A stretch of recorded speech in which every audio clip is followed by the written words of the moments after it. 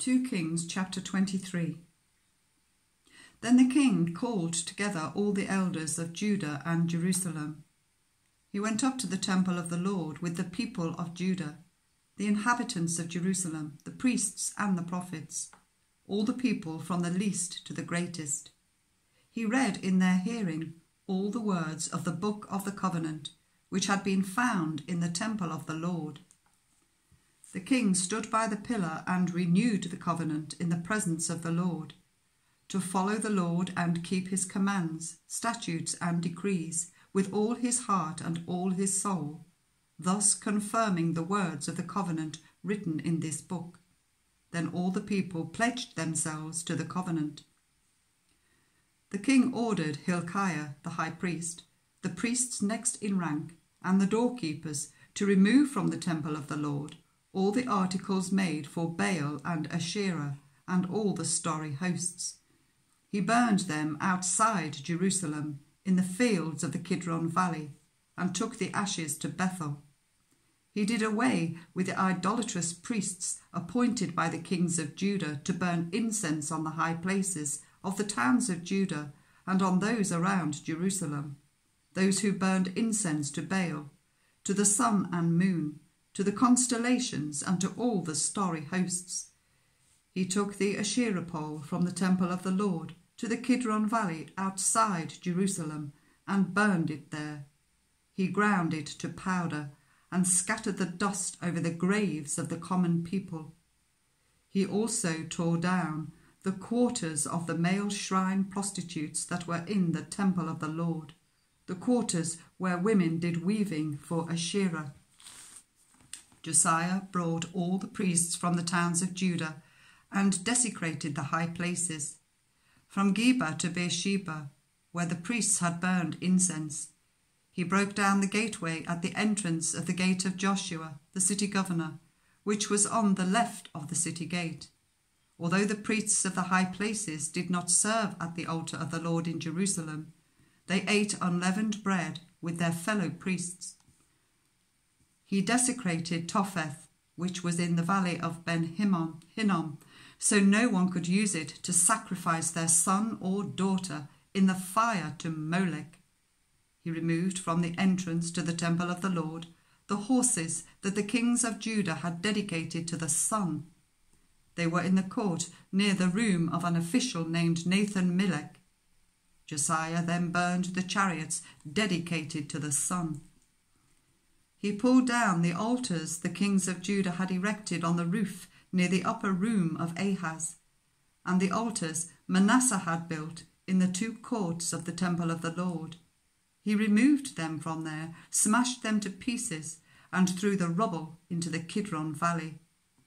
The king also desecrated the high places that were east of Jerusalem, on the south of the hill of corruption, the ones Solomon, king of Israel, had built for Ashtoreth, the vile goddess of the Sidonians, for Chemosh, the vile god of Moab, and for Molech, the detestable god of the people of Ammon. Josiah smashed the sacred stones and cut down the Asherah poles and covered the sites with human bones. Even the altar at Bethel, the high place made by Jeroboam son of Nebat, who had caused Israel to sin, even that altar and high place he demolished. He burned the high place and ground it to powder, and burned the Asherah pole also. Then Josiah looked around, and when he saw the tombs that were there on the hillside, he had the bones removed from them and burned on the altar to defile it, in accordance with the word of the Lord proclaimed by the man of God, who foretold these things. The king asked, "What is that tombstone I see?" The people of the city said, "It marks the tomb of the man of God who came from Judah and pronounced against the altar of Bethel the very things you have done to it." "Leave it alone," he said. "Don't let anyone disturb his bones." So they spared his bones and those of the prophet who had come from Samaria. Just as he had done at Bethel, Josiah removed all the shrines at the high places that the kings of Israel had built in the towns of Samaria, and that had aroused the Lord's anger. Josiah slaughtered all the priests of those high places on the altars and burned human bones on them. Then he went back to Jerusalem. The king gave this order to all the people: "Celebrate the Passover to the Lord your God, as it is written in this book of the covenant.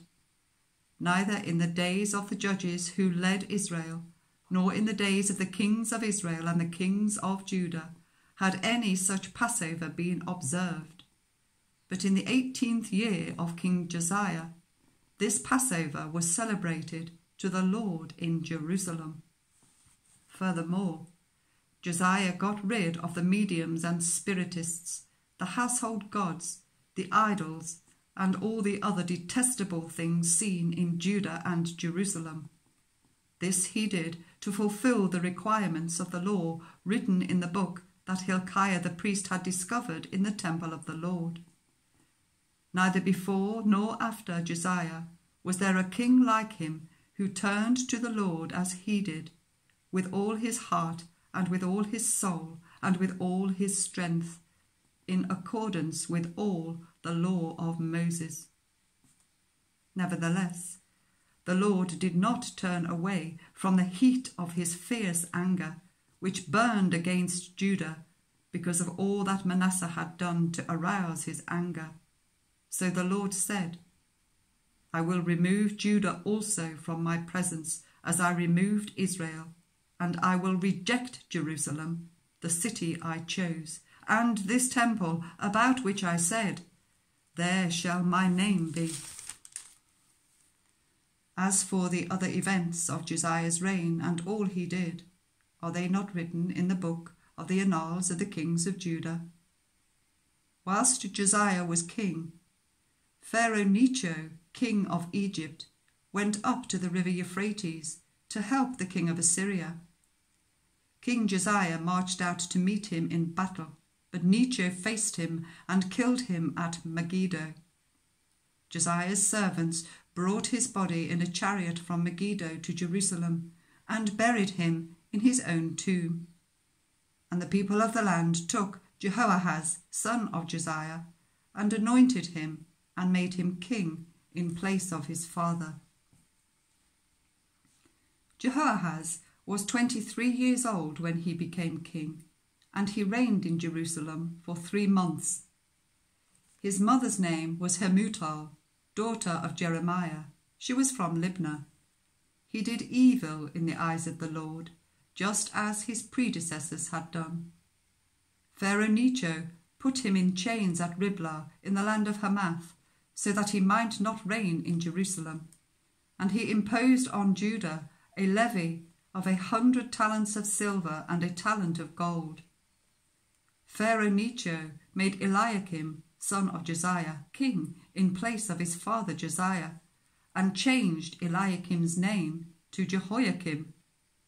But he took Jehoahaz and carried him off to Egypt, and there he died.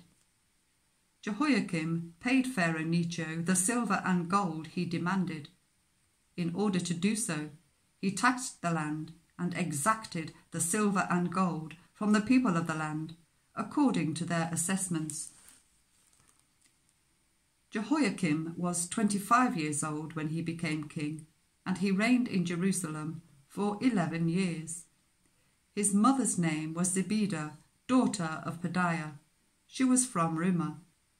And he did evil in the eyes of the Lord, just as his predecessors had done.